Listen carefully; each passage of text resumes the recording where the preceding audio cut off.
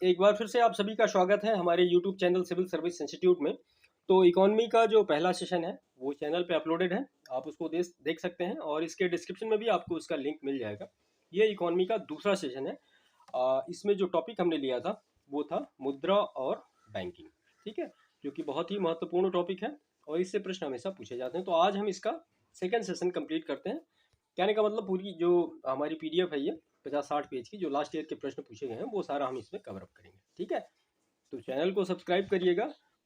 तो last time जो last session में हमने डिस्कशन किया था वो पूरा बैंकिंग जो सेक्टर है उस पर बेस्ड था कि जो आरबीआई के बारे में पूरी डिटेल हमने डिस्कस की थी, फिर जो और अनदर कमर्शियल बैंक्स हैं उनके बारे में डिटेल हमने दिखा था। आज हम यहाँ पे ये देखते हैं इसका नेक्स्ट टॉपिक। सुगमता सूचकांक क्या है? तो सार्वजनिक क्षेत्र के बैंकों के प्रदर्शन को आंकलित करने का एक तरीका क्या है? तो वो है सुगमता सूचकांक। इसको याद रखिएगा। भारतीय अर्थव्यवस्था के संदर्भ में निम्नलिखित कथनों पर विचार कीजिए। इसमें पहला कथन दिया गया है कि नीर यानी नॉमिनल इफेक्टिव एक्सचेंज रेट, इसका फुल फॉर्म आप याद रखिएगा, एक बार एग्जामिनेशन में पूछा गया है। यानी अंकित प्रभावी विनिमय दर में वृद्धि रुपए की मूल वृद्धि को दर्शाता है। तो ये बिल्कुल सही है। और जो रीर होता है यानी रियल इफेक्टिव एक्सचेंज रेट यानी वास्तविक प्रभावी विनिमय दर में वृद्धि व्यापार प्रतिस्पर्धात्मक में सुधार को दर्शाता है। ये गलत है यहाँ पे। और जो तीसरा स्टेटमेंट इसका दिया है, अन्य देशों में मुद्रास्फीति के सापेक्ष घरेलू मुद्रास्फीति में बढ़ने की प्रवृत्ति नीर और रीर के बीच में वर्तमान अपसरण उत्पन्न कर सकता है। तो यहाँ पे ये भी स्टेटमेंट सही। तो पहला और तीसरा स्टेटमेंट सही है। यानी NER और RER क्या है? ये रिलेटेड है जो इन्फ्लेशन से यानी मुद्रास्फीति। हमने अपने पिछले सेशन में मुद्रास्फीति के बारे में डिटेल डिस्कस किया है कि मुद्रास्फीति क्या होती है और उससे रिलेटेड जो पर्टिकुलर फैक्ट होते हैं, like as inflation, like as deflation. हाँ, एक चीज़ मैं आपको और बताना चाहता हूँ। एक बार प्रश्न पूछा गया है, देखिए, अगर हम ये कहें कि ये इन्फ्लेशन है तो इन्फ्लेशन का मतलब आप समझ रहे होंगे। अगर नहीं समझ में आया तो हमारा पिछला वीडियो आप देख लीजिए। डिफ्लेशन, तो ये हो गया इन्फ्लेशन और ये हो गया डिफ्लेशन। देखिए, ये दोनों चीज़ें क्या है ना, आपस में एक दूसरे के विपरीत हैं। अगर इन्फ्लेशन होगा तो डिफ्लेशन नहीं होगा और डिफ्लेशन होगा तो इन्फ्लेशन नहीं होगा। लेकिन सपोज करिए अगर ये दोनों चीज़ें एक साथ विद्यमान हैं तो इस स्थिति को क्या कहा जाता है? इसको कहा जाता है स्टैगफ्लेशन। एक बार प्रश्न पूछा गया एग्जामिनेशन में, यानी इसको कहते हैं मंदीगत स्थिति। यानी जब किसी अर्थव्यवस्था में महंगाई और बेरोजगारी दोनों एक साथ हों तो उसको हम उस स्थिति को क्या कहते हैं? उसको हम कहते हैं स्टैगफ्लेशन। इसको आप नोट भी कर लीजिएगा और याद भी रखिएगा, ठीक है। इसके बाद हमारा जो नेक्स्ट प्रश्न है, भारतीय अर्थव्यवस्था के संदर्भ में निम्नलिखित कथनों पर विचार कीजिए। तो ये 2-3 कथन दिए गए हैं, इसमें से आपको ये बताना है कि कौन सा सही है। तो यदि मुद्रास्फीति अत्यधिक है तो भारतीय रिजर्व बैंक संभावित रूप से सरकारी प्रतिभूतियों को खरीद। इसमें दूसरा इसका जो पॉइंट दिया गया है, यदि रुपए का तेजी से मूल्यह्रास हो रहा है तो आरबीआई बाजार में डॉलरों को संभावित रूप से विक्रय कर सकता है। जाहिर सी बात है, अगर रुपए की वैल्यू गिरती चली जा रही है तो जो डॉलर आरबीआई के पास है उनको अगर बेच देगा तो जो वैल्यू होगी रुपए की वो थोड़ी सी संभल जाएगी। और तीसरा इसका स्टेटमेंट है, यदि यूएसए या यूरोपीय संघ में ब्याज दरें गिरती हैं तो इससे संभावित रूप से आरबीआई की डॉलर की खरीद प्रेरित हो सकती है। तो जाहिर सी बात है सही हो सकती है। यूएस फेडरल रिजर्व की सख्त मुद्रा नीति पूंजी पलायन की ओर ले जा सकती है। दूसरा है पूंजी पलायन वर्तमान विदेशी वाणिज्यिक ऋण ग्रहण यानी ईसीबी यानी एक्सटर्नल कमर्शियल बोरोइंग्स वाली फर्मों की ब्याज लागत को बढ़ा सकता है। तो ये दोनों ही स्टेटमेंट सही है यहाँ पे। तीसरा इसमें जो नेक्स्ट प्रश्न है हमारा, आईसीआरए नाम से जानी जाने वाली क्षमता निर्धारण एजेंसी एक पब्लिक लिमिटेड कंपनी है, ठीक है। और ब्रिकवर्क रेटिंग एक भारतीय साख क्षमता निर्धारण एजेंसी है। तो ये दोनों ही कथन सही हैं, इनके बारे में आप याद रखिएगा। उसके बाद बैंक बोर्ड ब्यूरो यानी बीबीबी के संदर्भ में सही कथन है क्या क्या है? तो बीबीबी सार्वजनिक क्षेत्र बैंकों के अध्यक्षों के चयन के लिए संस्तुति करता है और बीबीबी सार्वजनिक क्षेत्र बैंकों को कार्यनीतियों और पूंजी योजनाओं को विकसित करने में मदद करता है। ये गलत लिखा हुआ है। तो पूंजी योजनाओं को विकसित करने में मदद करता है। तो ये दोनों ही स्टेटमेंट यहाँ पे सही हैं। इसके बाद फिर परिवर्तनीय बांड के संदर्भ में पूछा गया है कि चीज़ें ये सही हैं दोनों। तो इसमें लिखा है पहला स्टेटमेंट इसका, चूंकि बॉन्ड को इक्विटी के बदले बदलने का विकल्प है, परिवर्तनीय बॉन्ड अपेक्षाकृत कम ब्याज दर का भुगतान करते हैं। सही है। और इक्विटी के बदले बदलने का विकल्प बॉन्ड धारक को बढ़ती हुई उपभोक्ता कीमत में सहलग्नता यानी इंडेक्सिंग की मात्रा प्रदान करता है। तो ये दोनों ही स्टेटमेंट यहाँ पे करेक्ट है। इसके बाद नॉन फंक्जिबल टोकन्स यानी NFT के संदर्भ में सही कथन दिए गए हैं। तो भौतिक परिसंपत्तियों के अंकीय निरूपण यानी डिजिटल रिप्रेजेंटेशन को सुकर बनाते हैं। वे अनन्य क्रिप्टोग्राफिक टोकन्स हैं जो किसी ब्लॉकचेन में विद्यमान होते हैं। ठीक है, ये दोनों स्टेटमेंट यहाँ पे सही हैं। भारत के संदर्भ में निम्नलिखित कथन ये सही दिया गया है। क्या कथन है? खुदरा निवेशक डीमैट खातों के माध्यम से प्राथमिक बाजार में राजकोष वित्त यानी ट्रेजरी बिल और भारत सरकार के ऋण बॉन्ड में निवेश कर सकते हैं और इसी में बातचीत से तय लेन देन प्रणाली ऑर्डर मिलान यानी negotiated dealing systems order matching भारतीय रिजर्व बैंक का सरकारी प्रतिभूति व्यापारिक मंच है। तो ये स्टेटमेंट आप याद रखिएगा, प्रश्न में आ सकता है आगे।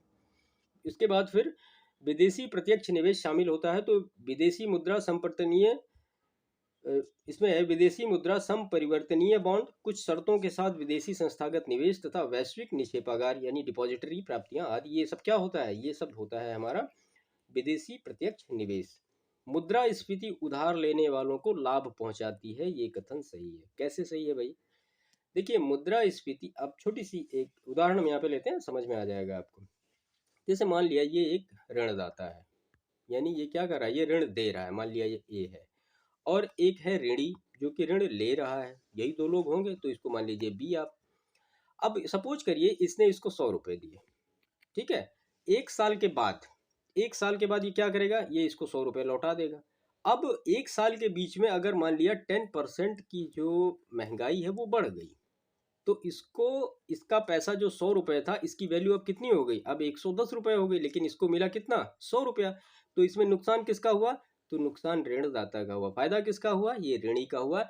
ऐसे प्रश्न हमेशा एग्जामिनेशन में पूछे जाते हैं, इनके बारे में आप अच्छी तरीके से पढ़ के जाइएगा, ठीक है। हम आपको कुछ और फैक्ट बता देते हैं कि मुद्रास्फीति की होने में कहाँ पे लाभ होगा, कहाँ पे मतलब हानि होगी, निर्यात पे क्या फर्क पड़ेगा, आयात पे क्या फर्क पड़ेगा। तो इसको आप नोट कर लीजिए। देखिए मुद्रास्फीति होने की स्थिति में एक तो क्या होगा? तो पहला काम, निर्यात हमारा बढ़ जाएगा, ठीक है। विदेशी मुद्रा भंडार जो है वो क्या होगा? वो घटेगा। विनिमय दर क्या होगी? विनिमय दर जो होगी वो विपरीत होगी। व्यापार खाता घाटा वो बढ़ेगा। चालू खाते का घाटा ये भी बढ़ेगा। विदेशी ऋण क्या होगा मुद्रास्फीति के टाइम में? तो विदेशी ऋण जो है वो बढ़ेगा और उसके बाद ऋण का जो भार है वो भी बढ़ेगा, ठीक है। तो ये सारी चीजें मुद्रास्फीति के कारण होंगी, तो इनको आप भी नोट करके रखिएगा। इसके बाद नेक्स्ट प्रश्न पे हम आते हैं। 1991 के आर्थिक सुधार के बाद भारतीय अर्थव्यवस्था में परिवर्तन हुआ, किस चीज के? तो एफडीआई का अंतः प्रवाह बढ़ गया तथा विदेशी विनिमय कोष में वृद्धि हुई। कब? 1991 के बाद। अब 1991 में भाई ऐसा क्या हुआ था? तो एलपीजी यानी उदारीकरण, निजीकरण और वैश्वीकरण की एक नीति अपनाई गई थी भारत सरकार के थ्रू। स्वीट इक्विटी शेयर्स आवंटित किए जाते हैं किसको? तो कंपनी के कर्मचारियों को स्वीट इक्विटी शेयर आवंटित किए जाते हैं। भारत में अंतिम उधारदाता यानी लेंडर ऑफ लास्ट रिसोर्स के रूप में केंद्रीय बैंक के कार्य में सामान्यतः शामिल होता है क्या? तो अस्थायी संकट के समय बैंकों को चल निधि उपलब्ध कराना।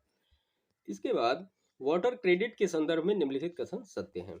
यह जल एवं स्वच्छता क्षेत्र में कार्य के लिए सूक्ष्म वित्त साधनों माइक्रो फाइनेंस को लागू करता है। इसका उपयोग निर्धन से निर्धन व्यक्तियों को सहायकी के बिना अपनी जल संबंधी आवश्यकताओं को पूरा करने के लिए समर्थ बनाना है। यह एक वैश्विक पहल है जिसे water.org के द्वारा प्रारंभ किया गया है। तो वाटर क्रेडिट के बारे में आप याद रखिएगा। इसके बाद वित्तीय क्षेत्र के मूल्यांकन समिति की सह अध्यक्षता की जाती है। तो आरबीआई के डिप्टी गवर्नर तथा भारत सरकार के वित्त सचिव के द्वारा वित्तीय क्षेत्र के मूल्यांकन समिति की सह अध्यक्षता की जाती है।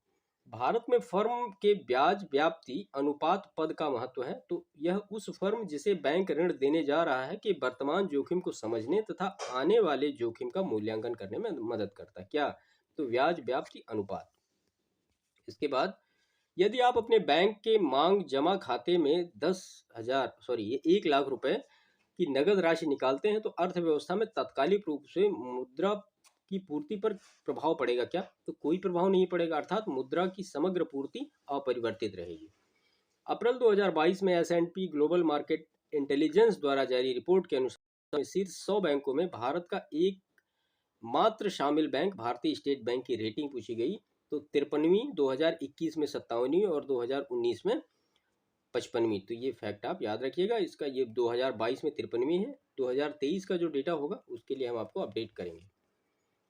इसके बाद अभिकथन और कारण दिए गए हैं। तो अभिकथन है, ऑपरेशन ट्विस्ट के अंतर्गत आरबीआई एक ही समय में अल्पकालिक प्रतिभूतियों को बेचकर दीर्घकालीन प्रतिभूतियों को खरीदता है और इस ऑपरेशन का मुख्य उद्देश्य दीर्घकालीन निवेश को बढ़ाना है। तो ये दोनों ही स्टेटमेंट करेक्ट हैं और जो कारण है वो अभिकथन को फॉलो कर रहा है। गैर बैंकिंग वित्तीय कंपनियों के लिए लोकपाल योजना 2018 को भारतीय रिजर्व बैंक द्वारा प्रभावी रूप से पेश किया गया था। तो 23 फरवरी 2018 को प्रभावी रूप से पेश किया गया था। इसके बाद अपने प्रभाव में सर्वाधिक मुद्रास्फीति कारक हो सकता है। तो बजट घाटे के वित्तीयन हेतु नई मुद्रा का सृजन करना।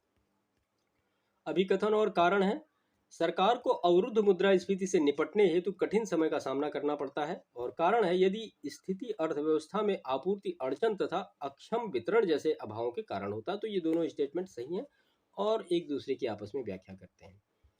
भारतीय अर्थव्यवस्था के संदर्भ में मांग प्रेरित मुद्रास्फीति या उसमें वृद्धि के कारक क्या क्या है? तो वितरणकारी नीतियां, राजकोषीय प्रोत्साहन तथा उच्च क्रय शक्ति आदि। उत्पादन कीमत सूचकांक मापता है क्या? तो उत्पादित वस्तुओं और सेवाओं की कीमतों के औसत परिवर्तन को मापता है उत्पादन कीमत सूचकांक। भारत में शहरी सहकारी बैंक के संदर्भ में निम्न कथन सत्य हैं। वे इक्विटी शेयर और अधिमान शेयर जारी कर सकते हैं तथा उन्हें वर्ष 1966 में एक संशोधन द्वारा बैंककारी विनिमय अधिनियम 1949 के कार्य क्षेत्र में लाया गया था। भारत में सार्वजनिक क्षेत्र के बैंकों का हाल ही में किए गए एकीकरण का लाभ है। क्या लाभ है? तो पैमाने की मितव्ययिता, पूंजी तक आसान पहुंच, व्यापक भौगोलिक क्षेत्र तक विस्तार तथा निम्न स्तरीय आकार के बैंक। इसके बाद इसमें सीआरआर के बारे में एक प्रश्न है जो कि हम पहले डिस्कस कर चुके हैं इसके बारे में। तो नगद आरक्षित अनुपात को कम करने से अर्थव्यवस्था पर बैंकों के पास अधिक तरलता लाभ होगा। इसका क्या प्रभाव पड़ेगा? तो अर्थव्यवस्था में निवेश में वृद्धि होगी तथा मुद्रा पूर्ति में वृद्धि हो सकती है। तो सही बात है। मुद्रास्फीति के दर गिरने का निहितार्थ है क्या? तो कीमतें पहले की तुलना में अधिक धीमे से बढ़ रही हैं, ये मुद्रास्फीति गिरने का निहितार्थ है। कोर मुद्रास्फीति को परिभाषित किया जाता है तो खाद्य मुद्रास्फीति तथा ईंधन मुद्रास्फीति दोनों को छोड़कर शीर्षक मुद्रास्फीति से। इसके बाद उत्पादन कीमत सूचकांक मापता है क्या? तो उत्पादित वस्तुओं तथा सेवाओं की कीमतों के औसत परिवर्तन को मापता है उत्पादन कीमत सूचकांक। इसके बाद ये कथन और कारण का प्रश्न है, समग्र पूर्ति वक्र में विवर्तन के कारण लागत प्रेरित स्फीति हो सकती है। और कारण है, मजदूरी में वृद्धि के कारण समग्र पूर्ति वक्र में विवर्तन होता है। तो ये दोनों ही स्टेटमेंट करेक्ट हैं और एक दूसरे की आपस में व्याख्या करते हैं। इसके बाद है पूंजी पर्याप्तता अनुपात यानी CAR, वह राशि है जिसे बैंकों को अपनी निधियों के रूप में रखना होता है, जिससे वे यदि खाताधारकों द्वारा देयताओं का भुगतान नहीं करने से कोई हानि होती है तो उसका प्रतिकार कर सकें। CR के बारे में यह कथन सत्य है। इसके बाद इसमें है, भारत सरकार कोष पत्र यानी ट्रेजरी बिल जारी करती है और राज्य सरकार कोई कोष पत्र जारी नहीं करती है। ये बहुत ही बेसिक डिफरेंस है, इसके बारे में आप याद रखिएगा। यानी जो ट्रेजरी बिल होता है वो केवल भारत सरकार जारी करती है, स्टेट गवर्नमेंट जारी नहीं करती है। ठीक है। कोष पत्र ऑफर अपने सम मूल्य से बट्टे पर जारी किए जाते हैं। तो दोनों ही कथन सत्य हैं। इसके बाद भारतीय अर्थव्यवस्था के संदर्भ में सही कथन है, तो घरेलू वित्तीय बचत का एक भाग सरकारी ऋण ग्रहण के लिए जाता है। नीलामी में बाजार संबंधित दरों पर जारी दिनांकित प्रतिभूतियां आंतरिक ऋण का एक बड़ा घटक होती हैं। तो दोनों ही कथन यहाँ पे करेक्ट हैं। उदय कोटक समिति के बारे में सत्य कथन यहाँ पे दिया गया है कुछ। यह समिति सेबी द्वारा गठित की गई थी। इसका संबंध निगमीय प्रशासन से है। इसने संस्तुति की थी कि कंपनी बोर्ड में कम से कम आधे सदस्य स्वतंत्र निदेशक होने चाहिए। ठीक है। भारतीय रुपए को चालू खाते में पूर्ण परिवर्तनीय बनाया गया कब? तो 1994 में बनाया गया। एक अंतर्राष्ट्रीय वित्तीय सेवा केंद्र स्थापित किया गया कहाँ पे? गांधीनगर में। और ये कुछ नीचे दिए गए तो ये सही सुमेलित हैं, इनको आप नोट करके रखिएगा। गोस्वामी समिति का रिलेशन औद्योगिक रुग्णता की समस्या, जानकी रमन समिति का जो रिलेशन है वो शेयर घोटाले की जांच पड़ताल, और मल्होत्रा समिति बीमा क्षेत्र में सुधार, और तारापुर समिति जो है ये पूंजीगत खाते में रुपए की परिवर्तनीयता पर सलाह हेतु गठित की गई थी। कंपनी अंश यानी शेयर पर मर्यादित होने का अर्थ है धारकों का उत्तरदायित्व सीमित होना। इसके बाद भारत सरकार द्वारा शेयरों का पूंजी विनिवेश के लिए रंगराजन समिति की नियुक्ति की गई कब? तो वो 1993 में की गई। और सरकार की संप्रभु स्वर्ण बॉन्ड योजना यानी सॉवरिन गोल्ड बॉन्ड स्कीम और स्वर्ण मुद्रा योजना यानी गोल्ड मोनेटाइजेशन स्कीम का उद्देश्य क्या है? तो भारतीय गृहस्थ अपने पास निष्क्रिय पड़े स्वर्ण को अर्थव्यवस्था में लाना तथा स्वर्ण आयात पर भारत की निर्भरता में कमी लाना, क्योंकि भारत सबसे ज्यादा गोल्ड का आयात करता है। भारतीय मुद्रा व्यापार का अंग नहीं है क्या? तो मुद्रा व्यापार सहयोग निधि मुद्रा व्यापार का अंग नहीं है। सेंसेक्स, बीएसई, निफ्टी तथा सेप्स में से वह एक जो अप्रासंगिक है, तो सेप्स जो है अप्रासंगिक है। मुद्रा की दशमलव प्रणाली के साथ प्रचलित नया पैसा हो गया तो 1 जून 1964 से। भारत में दशमिक मुद्रा प्रणाली की शुरू की गई तो वो वर्ष 1957 से। और ये जो नीचे दिया है ये बिल्कुल सही सुमेलित है। ये शेयर बाजार से, तो डोव जोन्स न्यूयॉर्क का है, हैंग सेंग ये हांगकांग का है, और FTSE ये लंदन का है। ये 100 है, इसका नाम है सही FTSE 100। ठीक है। S&P 500 संबंधित है तो बड़ी कंपनियों के स्टॉक सूचक से संबंधित है, और ये सही सुमेलित दिया गया। तो जापान का जो शेयर बाजार है उसको हम निकी कहते हैं, सिंगापुर को STI कहते हैं, यूको को FTSE कहते हैं, और USA को नास्डैक कहते हैं। भारत के शेयर बाजार, राष्ट्रीय शेयर बाजार का मुख्यालय कहाँ है? तो वो मुंबई में है।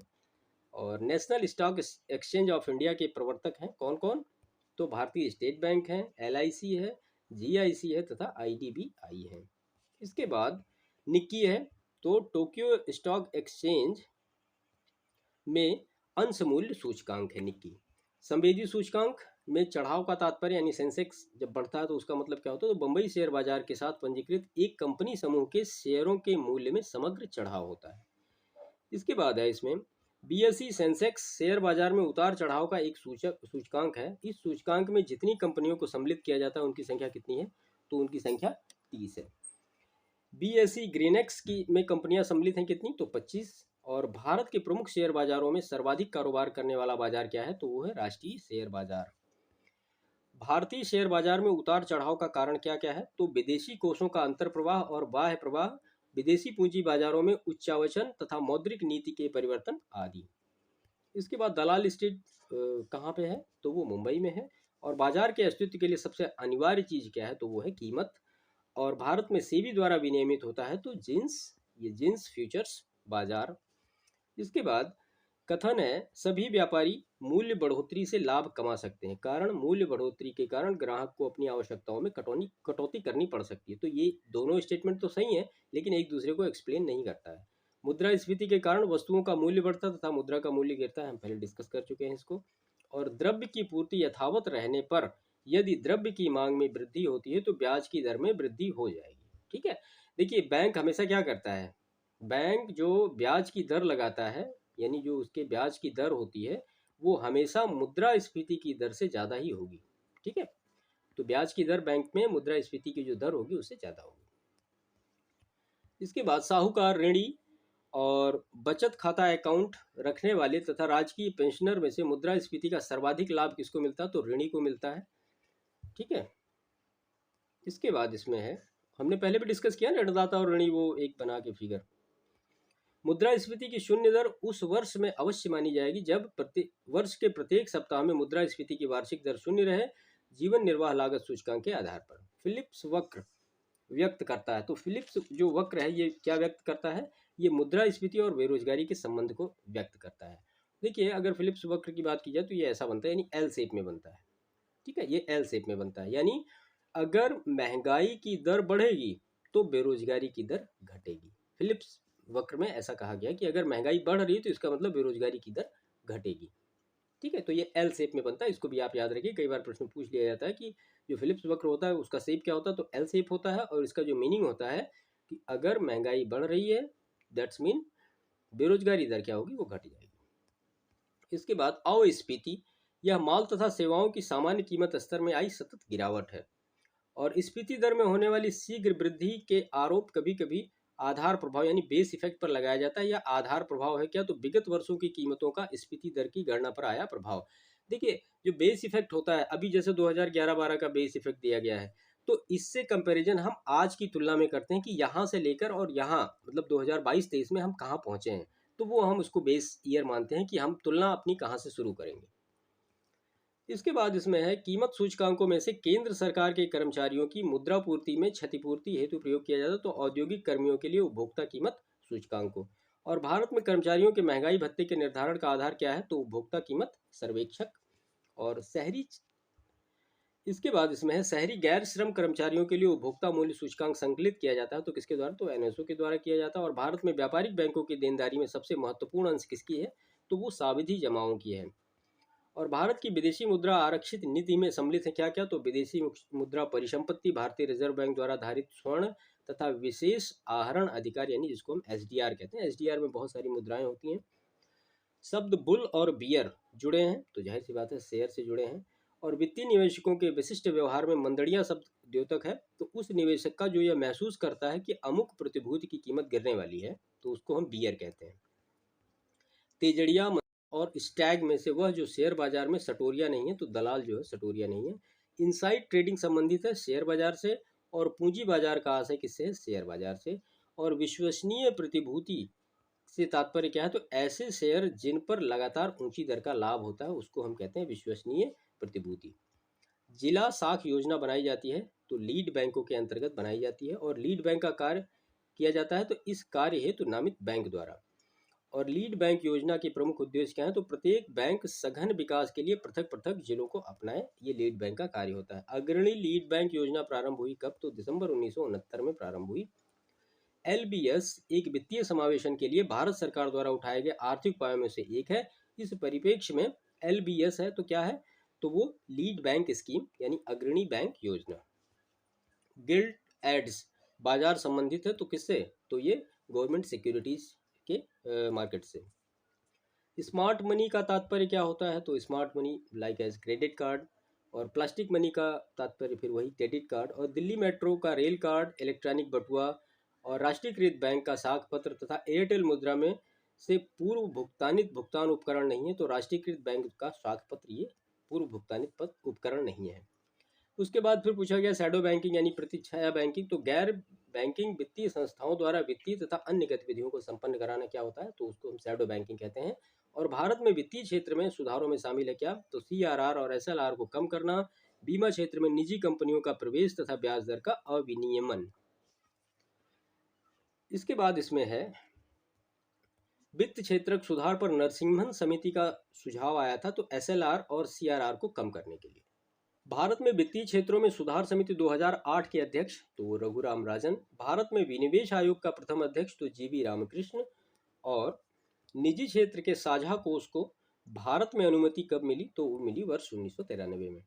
यूनिट स्कीम 1964 चर्चा का विषय रही है, क्योंकि इसका शुद्ध मूल्य शेयर बाजार में लंबी मंदी के कारण काफी कम हो गया है। वस्तुओं की थोक कीमत सूचकांक श्रेणी को संशोधित करने हेतु कार्यकारी समूह का अध्यक्ष बनाया गया किसको, तो अभिजीत सेन को बनाया गया। और थोक मूल्य सूचकांक के मापन में सबसे अधिक भार दिया जाता है किसको, तो विनिर्मित उत्पाद को सबसे अधिक भार दिया जाता है। भारत सरकार द्वारा जारी की गई थोक मूल्य सूचकांक यानी होलसेल प्राइस इंडेक्स डब्ल्यूपीआई की नई श्रृंखला का आधार वर्ष क्या है, तो 2011-12 है। और औद्योगिक कर्मकारों के लिए उपभोक्ता कीमत सूचकांक यानी consumer price index number for industrial workers निकालता है, कौन निकालता है, तो ये श्रम ब्यूरो निकालता है। औद्योगिक उत्पादन सूचकांक का आधार वर्ष क्या है, तो 2011-12 है। सामान्य कीमत स्तर पर बढ़ोतरी का कारण क्या है, तो द्रव्य की पूर्ति में वृद्धि, उत्पादन के समग्र स्तर में गिरावट तथा प्रभावी मांग में वृद्धि। वित्तीय स्थिरता और विकास परिषद यानी financial stability and development council के संदर्भ में सत्य कथन क्या है, तो संघ का वित्त मंत्री इसका प्रमुख होता है और अर्थव्यवस्था के समष्टि सविवेक पर्यवेक्षण का अनुवीक्षण करता है। इसके बाद इसमें लिखा है पहला बाजार ऋणदान ट्रेजरी बिल्स, भारतीय रिजर्व बैंक को निर्गमित विशेष प्रतिभूतियों में से आंतरिक ऋण के घटक क्या हैं, तो ये तीनों ही हैं। जनवरी 2005 में फाइनेंशियल इंक्लूजन पर बनाई गई समिति के अध्यक्ष सी रंगराजन।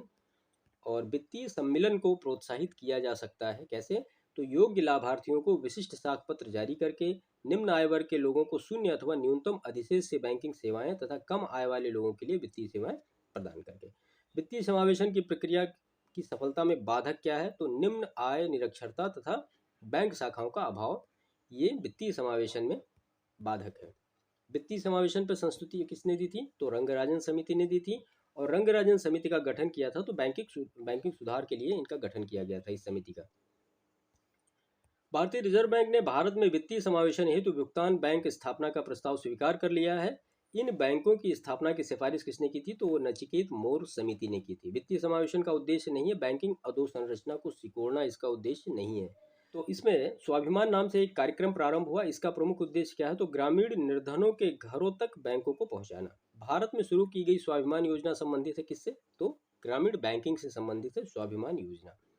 कभी कभी समाचारों में आने वाले बिटकॉइंस के संदर्भ में सत्य है, तो ये है, बिटकॉइंस के पते वाला कोई भी व्यक्ति बिटकॉइंस के पते वाले किसी अन्य व्यक्ति को बिटकॉइंस भेज सकता है या उससे प्राप्त कर सकता है। इसकी ऑनलाइन अदायगी दोनों तरफ में से किसी भी तरफ से पहचान किए जाने बिना ही की जा सकती है। सेबी, सेल, सिडबी तथा नाबार्ड में विपणन संस्था कौन है, तो सेल है। और भारतीय जीवन बीमा निगम की स्थापना कब हुई, तो वर्ष 1956 में हुई। इसके बाद पहला इसमें दिया है क्षेत्रीय ग्रामीण बैंक, दूसरा अग्रणी बैंक योजना, तीसरा नाबार्ड और चौथा भारतीय स्टेट बैंक में स्थापित होने का सही ऐतिहासिक क्रम क्या है। तो सबसे पहले जो स्थापित हुआ वो भारतीय स्टेट बैंक 1955, आप जानते हैं। उसके बाद फिर अग्रणी बैंक योजना स्थापित हुई, उसके बाद फिर क्षेत्रीय ग्रामीण बैंक स्थापित हुए और सबसे लास्ट में 1982 में नाबार्ड की स्थापना हुई। तो इसके बाद इसमें है फिर कि भारत में सुलभ मुद्रा बनती है। तो भारत में जो सुलभ मुद्रा है वो कैसे कैसे बनती है। अब एक छोटी सी चीज़ यहाँ पे समझ लीजिए। देखिए, M1, M2, M3 इससे रिलेटेड एक प्रश्न पूछा गया। M1 का मतलब क्या होता है, ये बेसिकली नैरो मनी होती है, यानी संकीर्ण मुद्रा होती है। तो इसका मतलब होता है कि जनता के पास मुद्रा प्लस बैंकों में मांग जमा प्लस RBI के पास अन्य जमा, तो इसको हम कहते हैं M1 मुद्रा। M2 मुद्रा का मतलब होता है कि M1 प्लस पोस्ट ऑफिस में जमा, ठीक है, ये भी नैरो मनी होती है। और M3 जो होता है ये व्यापक मुद्रा होती है, इसमें M1 प्लस बैंकों की जो फिक्स डिपॉजिट होती है वो सारी पड़ी होती है। और एक टाइप इसका और होता है M4, यानी M3 प्लस पोस्ट ऑफिस की सभी जमाएं, इसमें NSC शामिल नहीं होती पोस्ट ऑफिस वाली। तो ये M1, M2, M3, M4 के बारे में आप अच्छी तरीके से नोट कर लीजिएगा, प्रश्न एक दो बार इस तरह से भी पूछे गए हैं। और अगर इनका हम ग्राफ देखें तो इस तरह से बनता है, M1 is greater than M2 is greater than M3 is less than होगा ये M4। तो M1 सबसे बड़ा, फिर M2, फिर M3, फिर M4, ठीक है। तो भारत में सुलभ मुद्रा बनती है तो जनता के पास जो करेंसी है और बैंक में मांग जमा राशियों तथा भारतीय रिजर्व बैंक में अन्य जमा राशियों के योग से बनती है। और बैंकों के पास मांग जमा, बैंकों के पास सावधिक जमा, बैंकों के पास बचत जमा और करेंसी और उपयुक्त में से परिसंपत्तियों का तरलता के घटते हुए क्रम में सही अनुपात क्या है। तो सबसे पहले आएगा करेंसी, फिर आएगा बैंकों के पास मांग जमा, फिर आएगा बैंकों के पास जमा और फिर आएगा बैंकों के पास सावधिक जमा। भारत में मुद्रा गुणक को परिभाषित किया जाता है तो किसके रूप में, तो बृहद मुद्रा यानी आरक्षित मुद्रा के रूप में। विदेशी मुद्रा जिसमें त्वरित है तो उसको हम हॉट मनी कहते हैं। और बजट घाटे में वित्तयन के लिए नई मुद्रा के सृजन का प्रभाव सर्वाधिक स्फीतिकारी होने की संभावना होती है। इसके बाद है भारत में सहयोग निधियों का नियमन कौन करती है, तो जाहिर सी बात है सेबी करती है। सेबी अधिनियम पारित हुआ 1992 में। और भारत में शेयर बाजार के लिए मुख्य नियंत्रक का कार्य कौन करता है, तो सेबी करती है, यानी भारतीय प्रतिभूति और एवं विनिमय बोर्ड। भारतीय पूंजी बाजार घोटालों की पुनरावृत्ति को रोकने के लिए भारत सरकार ने नियामक शक्तियां सौंपी किसको, सेबी को। और सार्वजनिक वस्तुओं की कीमत निर्धारण हेतु छाया कीमतों की अवधारणा को प्रतिपादित किया किसने, तो जे टिनबर्गिन ने। इसके बाद भारत में मुद्रास्फीति के संदर्भ में सही कथन दिया गया, तो घटा हुआ मुद्रा परिचालन यानी मनी सेशन मुद्रास्फीति के नियंत्रण में सहायता करता है। इसके बाद किसानों को साख जनता की जमा यानी डिपॉजिट और भारतीय रिजर्व बैंक से ऋण, उद्योगों की मांग जमा यानी डिपॉजिट में से एक वाणिज्यिक बैंक की परिसंपत्ति है। तो किसानों की साख जो होती है ये कमर्शियल बैंक जो होते हैं उनकी परिसंपत्ति है। कथन और कारण के प्रश्न दिए गए हैं। तो कथन है सरकार के बजट में घाटे का एक बड़ा स्रोत अर्थ सहाय है या अर्थ सहायकी है, इसको कहा जाता है। भारतीय कृषि में विकसित देशों की तुलना में अर्थ सहायकी का स्तर बहुत अधिक। अर्थ सहायकी का मतलब सिंपल सब्सिडी समझिए आप, ठीक है। तो ऐसा नहीं है कि जो भारत में सब्सिडी बहुत ज़्यादा है और अन्य देशों में सब्सिडी बहुत कम है। USA है और ब्रिटेन है, यहाँ पे सब्सिडी बहुत ज़्यादा लोगों को मिलती है, ठीक है। तो ये सत्य है लेकिन आर गलत है। ये सही है कि सब्सिडी का जो बजट में रोल होता है वो बहुत ज़्यादा होता है। अभी आप पिछला देखेंगे तो आपको लगभग 8 या 7% के आसपास था। भारत में भविष्य निधि, संविदा आधारित बचत और भारतीय रिजर्व बैंक के बैंक दर कम करने के फलस्वरूप क्या होगा, तो बाजार में तरलता बढ़ जाएगी। बैंक दर ब्याज दर की वह दर है जिस पर भारतीय रिजर्व बैंक वाणिज्यिक बैंकों के विलय में पुनर्कटौती करता है। बैंक दर से अभिप्राय उस ब्याज दर से है जो भारतीय रिजर्व बैंक द्वारा व्यापारिक बैंकों को दिए जाने वाले ऋणों पर ली जाती है। 1 रुपए के नोट पर हस्ताक्षर होता है तो वित्त मंत्रालय के सचिव से। और भारतीय रिजर्व बैंक को करेंसी नोट छापने का अधिकार प्राप्त है कितने तक, तो 10,000 रुपये तक का करेंसी नोट छाप सकती है भारत सरकार। रिजर्व बैंक ऑफ इंडिया के नोट निर्गमन विभाग को न्यूनतम मूल्य का स्वर्ण अपने स्टॉक में हमेशा रखना चाहिए, तो 115। इसके बाद इसमें है भारत में मुद्रा संबंधी नोटों की निर्गमन प्रणाली आधारित है, तो न्यूनतम कोष प्रणाली पर। भारत में सिक्के जारी करने के लिए अधिकृत कौन है, तो वो आरबीआई है। और प्रथम भूमि विकास बैंक की स्थापना 1920 में हुई है, अवस्थित कहाँ पे, झांग, पंजाब में। और भूमि विकास बैंक किसानों को ऋण उपलब्ध कराता है, तो ये लंबी अवधि के लिए यानी दीर्घकालिक ऋण उपलब्ध कराता है। राज्य सहकारी बैंक, व्यापारिक बैंक, प्राथमिक ऋण समितियां तथा भूमि विकास बैंक में से कृषि हेतु दीर्घकालीन ऋण प्रदान करता है कौन, तो नेशनल हाउसिंग बैंक यानी भूमि विकास बैंक, सॉरी, भूमि विकास बैंक का भाग है तो सहकारी साख संरचना। और केंद्रीय सहकारी बैंक का कार्य क्षेत्र जनपद स्तर पे होता है। और सहकारी साख समितियों का ढांचा क्या है, त्रिस्तरीय है, मतलब राज्य है, फिर जिला है और फिर ग्राम है। इसके बाद उपभोक्ता सहकारी भंडार स्थापित किए जाते हैं, तो सदस्यों के द्वारा स्थापित किए जाते हैं। और मुद्रा प्रसार को श्रेष्ठ तरीके से वर्णित किया जा सकता है, तो अर्थव्यवस्था में ऊंची कीमतों का होना। वर्ष 1995-96 में स्थापित ग्रामीण अवस्थापना विकास कोष का हिसाब किताब रखता है कौन, तो राष्ट्रीय कृषि एवं ग्रामीण विकास बैंक। भारत में निजी बैंक, विकास बैंक, निर्यात आयात बैंक तथा पेंशन फंड में से वह संस्था जिसका महत्व सर्वाधिक कम हुआ है, तो पेंशन फंड्स का। लघु अवधि ऋण की अवधि क्या है, तो अधिकतम 15 माह। और वाणिज्यिक प्रपत्र साख का स्रोत है, तो कॉरपोरेट उद्योग के लिए यानी निगम के लिए। इसके बाद है मूल्य स्थिरता, आर्थिक स्थायित्व, आय एवं परिसंपत्तियों का सामयिक वितरण तथा विदेशी विनिमय दर स्थिरता से मौद्रिक को नीति का उद्देश्य नहीं है, तो आय एवं परिसंपत्तियों का सामयिक विवरण। भारत में कागजी मुद्रा प्रथम बार शुरू की गई, तो वर्ष 1862 में शुरू की गई। अंतर्राष्ट्रीय नकदी की समस्या संबंधित है, यानी लिक्विडिटी की जो प्रॉब्लम होती है, तो डॉलर और अन्य दुर्लभ मुद्रा यानी हार्ड करेंसीज की अनुपलब्धता से। ब्लैक मनी क्या होती है, तो वह अवैध है जिस पर इनकम टैक्स नहीं दिया जाता है। एडीआर, जीडीआर तथा एसडीआर में से कृत्रिम मुद्रा समझी जाती है, तो एसडीआर। इसके बाद भारत में बैंकिंग लोकपाल संस्था के संदर्भ में सही कथन नहीं है, तो बैंकिंग लोकपाल द्वारा पारित आदेश अंतिम और संबंधित पक्षों के लिए बाध्यकारी नहीं होता है। कृषकों के पास आसानी से पहुंचने के लिए किसान क्लब बनाए किसने, तो भारतीय स्टेट बैंक ने बनाए हैं। और पंजाब नेशनल बैंक में विलय होने वाला वाणिज्यिक बैंक है कौन सा, तो न्यू बैंक ऑफ इंडिया। वर्तमान में ओरिएंटल बैंक ऑफ कॉमर्स तथा यूनाइटेड बैंक ऑफ इंडिया से भी विलय हुआ है। ये है यहाँ पे। हम आपको ये बताते हैं कि इसमें देखिए 1 अप्रैल 2019 को जो राष्ट्रीयकृत बैंक है उनमें कुछ विलय किए गए, तो आप यहाँ पे नोट कर लीजिएगा। बैंक ऑफ बड़ौदा में 2 बैंक विलय हुए हैं, एक तो विजया विलय हुआ है, एक देना विलय हुआ है। इन तीनों को मिला के फिर अब उसका नाम जो रहेगा वो बैंक ऑफ बड़ौदा ही रहेगा। उसके बाद फिर 1 अप्रैल 2020 को 10 बैंकों का विलय किया गया है, ठीक है। यानी 11 राष्ट्रीयकृत अब बैंक बचे हैं। कौन कौन से बचे हैं उनका आप नाम नोट कर लीजिए। तो 1 अप्रैल 2019 को तो बीओबी में विजया और देना का विलय किया गया, और 1 अप्रैल 2020 को 10 बैंकों का विलय किया गया। इसमें पीएनबी में मर्ज किया गया किसको किसको, तो ओरिएंटल बैंक ऑफ कॉमर्स को और यूनाइटेड बैंक ऑफ इंडिया को पीएनबी में विलय कर दिया गया, ठीक है। उसके बाद फिर यूनियन बैंक में 2 को किया गया, तो एक आंध्रा बैंक को और कॉरपोरेशन बैंक को किया गया। इंडियन बैंक में एक का विलय किया गया, उसका इलाहाबाद बैंक का विलय किस में कर दिया गया, इंडियन बैंक में कर दिया गया। कैनरा बैंक का विलय किस में कर दिया गया, सिंडिकेट बैंक में कर दिया गया। तो इस हिसाब से पूरा मिला के कितने वाणिज्यिक बैंक आए, 11। एक आप जोड़ दीजिएगा वो स्टेट बैंक का है, ठीक है।